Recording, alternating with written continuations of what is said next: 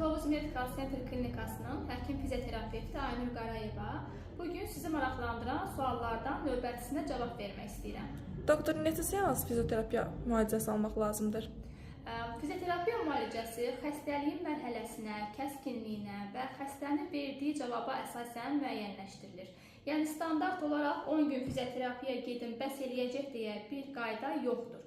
Əgər boyun, bel ağrıları varsa, fizioterapiya seansı adətən 8-12 seans, xroniki oynaq ağrıları, artrozlar, diz ağrıları varsa adətən 10-15 seans, kəskin əzəl ağrıları, miyofascial ağrılar, miyazitlər varsa 5-10 seans, ağır nevroloji problemlər, serebral iflic, insult sonraki reabilitasiya, digər nevroloji xəstəliklərdə isə artıq biz günlərlə deyil, həftələrlə, aylarla reabilitasiya proqramını tənzimləyə bilərik.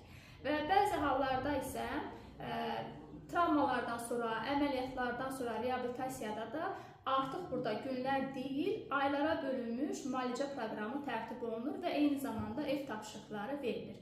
Yəni burada əsas məsələ doğru həkimə müraciət eləmək və problemə uyğun fizioterapiya seansını müəyyənləşdirməkdir.